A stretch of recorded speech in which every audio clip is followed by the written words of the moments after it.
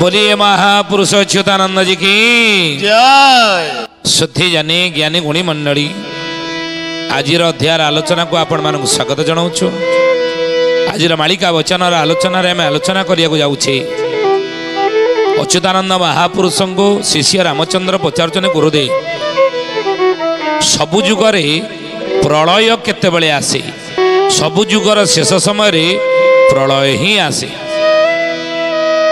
ना। हे गुरुदेव से प्रलय आसबार सबु जुगरे सूचना संकेत सब कौन एवं आलोचना शेष जड़े भक्तर ना आम कहू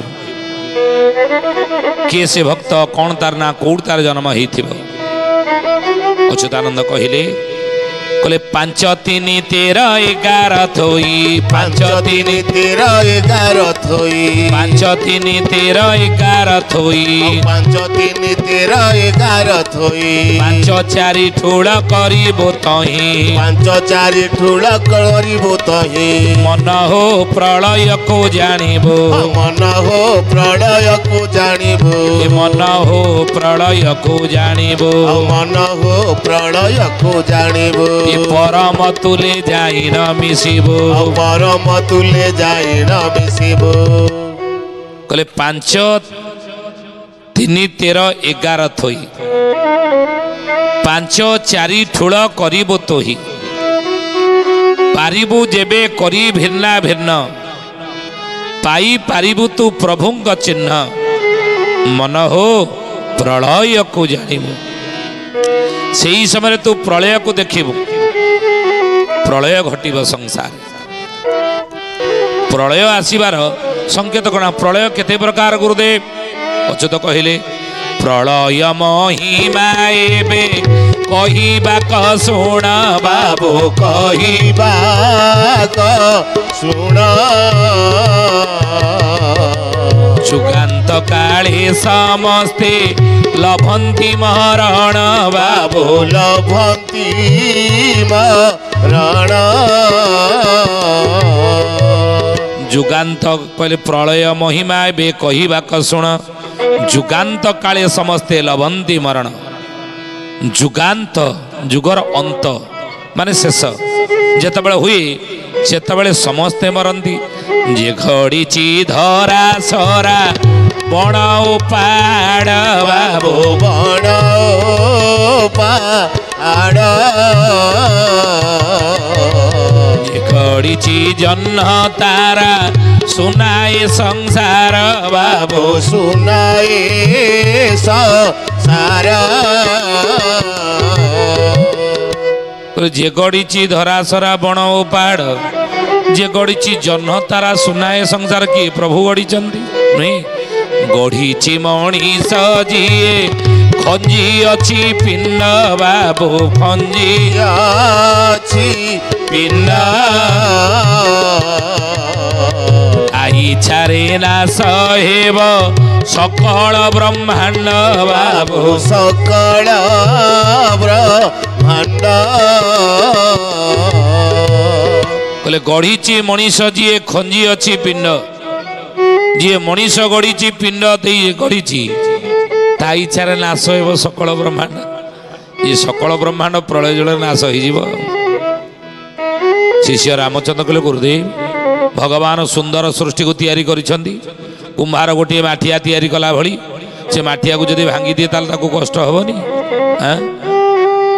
कारीगर गोटे खेलना तैयारी करछि मूर्ति गढ़ी से मूर्ति जदि भांगी दिए निजे निज निजे निजे निजर सृष्टि को केमिति नष्ट करिवो ना। रामचंद्र रे गढ़ी न भांगिले सृष्टि काहीं ठाब होंता बाबू काहीं ठाब होंता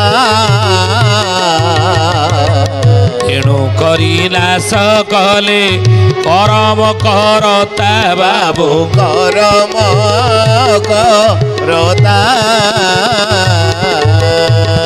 कहले भगवान सुंदर सृष्टि गढ़ी जन्ह तारा गढ़ी सुना संसार गढ़ी मनीष को तार रक्षणाबेक्षण करने पठे सृष्टि नहीं पढ़ी। ये सृष्टि हूँ गोटे उद्यान बगीचा ये बगीचार सी जत्न नब देखभाल कर स्वार्थ नुहे परमार्थ भावना नहीं ନିଜର ନୁହେଁ ଜଗତର ମଙ୍ଗଳ ଚିନ୍ତା କରିବ। କିନ୍ତୁ ଯଦି ସେ ଠିକ ନ କରିପାରିଲା ଯେତେ ବଡ଼ ଦାୟିତ୍ୱ ସେତେ ବଡ଼, ଯେତେ ବଡ଼ ପଦବୀ ସେତେ ବଡ଼ ଗୁରୁ ଦାୟିତ୍ୱ। ମନେ ରଖନ୍ତୁ ଏ କଥା। ଯାହାକୁ ଯେତେ ବଡ଼ ପଦବୀ ପ୍ରଭୁ ଦେଇଛନ୍ତି, ଯେତେ ବଡ଼ ଦାୟିତ୍ୱ ନୁହେଁ, ପଦବୀ ସହିତ ଗୁରୁ ଦାୟିତ୍ୱ ମଧ୍ୟ ବଢ଼ିଯାଏ। କିନ୍ତୁ ଅଚ୍ୟୁତ କଲେ ସୃଷ୍ଟି କାହିଁକି ପ୍ରଳୟ ଜଳରେ ବୁଡ଼ିବ?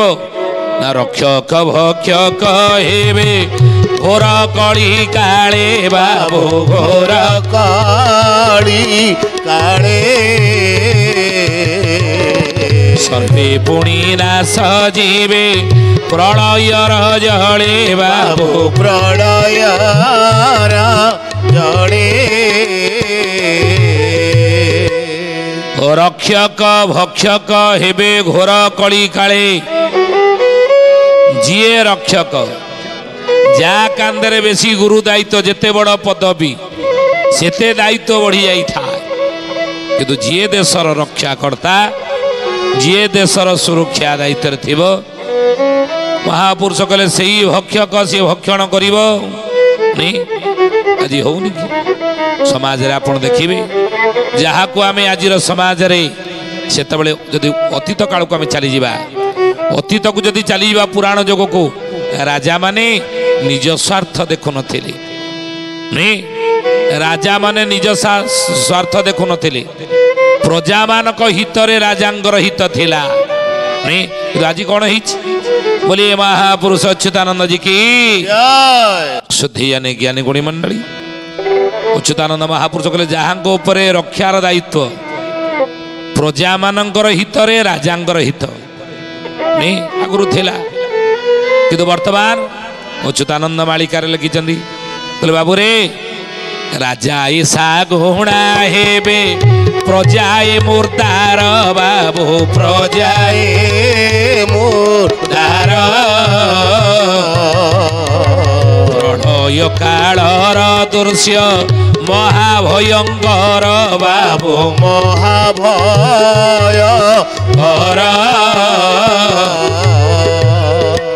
କଲେ ରାଜାଏ ଶାଗୁଣା ହେବେ ପ୍ରଜାଏ ମୁର୍ଦାର। ଆଜି ହେଇନି କି ସମାଜରେ?